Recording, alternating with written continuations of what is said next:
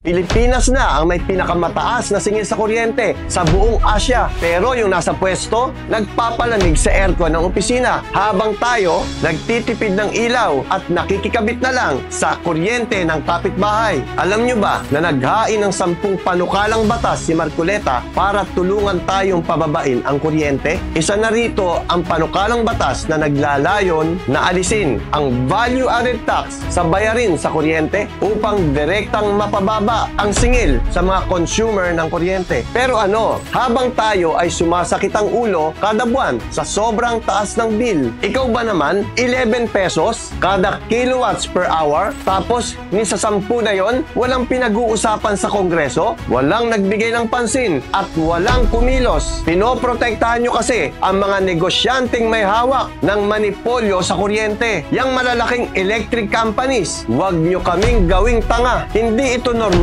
dahil tayo na nga ang nangangapa sa dilim, tayo ang nagtitipid ng kuryente para may pambili ng pagkain.